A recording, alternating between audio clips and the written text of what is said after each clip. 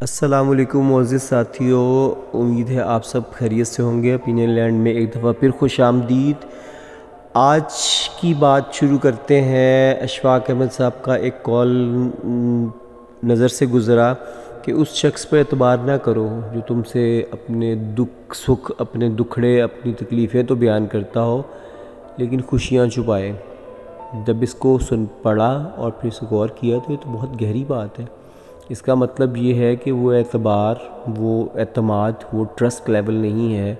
اس انسان کو جب مشکل پڑتی ہے، کوئی مجبوری ہوتی ہے، کندھا چاہیے ہوتا ہے تو آپ اس کے لیے موجود ہوتے ہیں، اور اس کو ایک آسان ذریعہ لگتا ہے کہ وہ آپ سے ملاقات کر لے، فون پہ بات کر لے، کسی بھی ذریعے سے۔ آج کل تو کمیونیکیشن کے بہت سارے ذرائع ہیں، وہ آپ سے بات کر لے اور اپنے دل کا بوجھ ہلکا کر لے۔ باقی وہ انسان، اس کا مطلب اس کے لیے اہم نہیں ہے، ورنہ اپنی خوشیوں میں بھی شریک ضرور کرے۔ اور لوگ، اگر اعتبار کا رشتہ ہو، اگر ٹرسٹ ہو، تو پھر خوشی میں بھی شریک کرنا اتنا ہی ضروری ہے۔ بات واقعی سمجھ کی ہے اور سمجھ میں آئی، آپ بھی غور کیجئے گا، اپنی رائے دیجئے گا۔ پھر ایک آج اتفاق سے ایک ویڈیو، شارٹ ویڈیو، ایک آج کل کے دور کی بڑی وہ دانشور اور علمی و ادبی شخصیت ہیں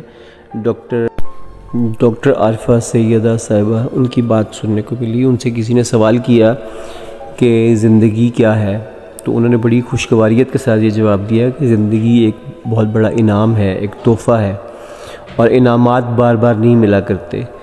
تو مطلب قدرت کی طرف سے تحفہ ملا ہے، یہ انعام جو ملا ہے، اس کو برتنے کا فن اور اس کو طریقہ بھی ہمیں سیکھنا چاہیے، اور ہمیں اس کو صحیح طور پہ شکر گزاری کے ساتھ، اپنے رب کی شکر گزاری کے ساتھ اس کا حق ادا کرنے کی کوشش کرنی چاہیے۔ انسان کے ہاتھ میں کوشش ہے، دعا ہے، نتیجہ انسان کے ہاتھ میں نہیں ہے۔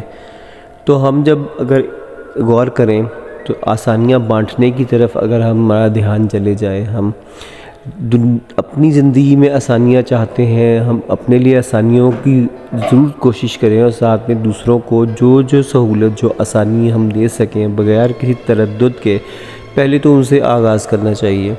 یہ زندگی کا سفر بڑا طویل بھی ہے اور ایک طرح سے مختصر بھی ہے۔ اس میں اتار چڑھاؤ بھی ہیں، پہاڑیاں گھاٹیاں بھی ہیں، اور تپتے ہوئے صحراؤں سے بھی گزرنا پڑتا ہے، اپنی خواہشوں کو کچل کے بڑے سنگلاخ چٹانوں کے اوپر چڑھنا پڑتا ہے، اور کبھی آرزوؤں کا جنگل جو ہے وہ اتنا وسیع اور گھنا ہو جاتا ہے کہ ہم اپنے آپ کو پہچان نہیں پاتے کہ ہم اصل میں چاہتے کیا ہیں۔ ہمیں اپنی ترجیحات ضرور سیٹ کرنی چاہیے، پریورٹی میکنگ ایک ہونی چاہیے کہ ہماری اولین ترجیح کیا ہے۔ ہمیں ایک اچھے انسان بننا ہے، ہمیں ایک اچھے مسلمان بننا ہے، ہمیں اچھا ہر رشتے میں بہترین بننا ہے، ہمیں تکلیف نہیں دینی، ہمیں کانٹے ہٹانے والے بننا ہے، کانٹے بچھانے والے نہیں بننا، ہمیں دوسروں کو تکلیف اور آزار سے نکالنے والے بننا ہے، اور ہم خود اپنے آپ کو ضرور پیش کریں لوگوں کے لیے، ان کو کندھا بھی دیں، ان کو آسانی بھی دیں، لیکن مس یوز مت ہونے دیں اپنے آپ کو۔ عزت نفس پہ کبھی کمپرومائز نہیں کرنا چاہیے، اور نہ کبھی کسی کے ساتھ حسد، نفرت، ضد، انا کا مقابلہ کرنا چاہیے۔ جو انسان یہ کر رہا ہے ہمارے ساتھ، ہمیں اس کے شعور دینے کی کوشش کرنی چاہیے، اگر وہ اس کے ساتھ پیار محبت سے اس کو اسی سے نکالنے کی کوشش کرنی چاہیے، اور اگر ایسا نہ ہو سکے تو ہمیں اس سے پرہیز کرنا بہتر ہے۔ حسد، نفرت اور غصہ، یہ سب سے پہلے انسان کو کہ اپنے باطن کو، اپنی روح کو، اپنے دل، دماغ، روح کو کھاتے ہیں، بعد میں دوسرے انسان کو تکلیف دیتے ہیں۔ لیکن یہ ایک حقیقت ہے ساتھیوں کہ نظر جو ہے یہ انسان کو، جیسے کہ فرمایا گیا ہے کہ قبر تک اور اونٹ کو ہنڈیا تک لے جاتی ہے، تو نظر بد بھی برحق ہے، اور جادو ٹونا تعویذ گنڈے بھی برحق ہیں۔ تو کیونکہ یہ تو ہمارے نبی پاک صلی اللہ علیہ وآلہ وسلم پہ بھی ہوئے اور قرآن پاک میں بار بار ان کا ذکر ہے مختلف قوموں کے حوالے سے، تو ہم ان کو نہ تو ہم جھٹلا سکتے ہیں، ڈینائل تصور ہی نہیں۔ ان سے بچنے کے لیے وہ ساری صبح و شام کی دعائیں اور سارے صورتیں آیات سب موجود ہیں، اور اس کے ساتھ ساتھ ہمیں ایسے لوگوں سے پرہیز کر لینا چاہیے جن کے بارے میں ہمیں کنفرم ہو جائے کہ یا ایٹ لیسٹ ہمیں شک ہے کہ یہ ہماری خوشی میں خوش نہیں ہوتے اور یا ہم سے کسی طریقے کی خار رکھتے ہیں یا ہمارے لیے برا سوچتے ہیں، تو بجائے لڑنے جھگڑنے فساد کرنے کے انسان کو پیچھے ہٹ جانا چاہیے۔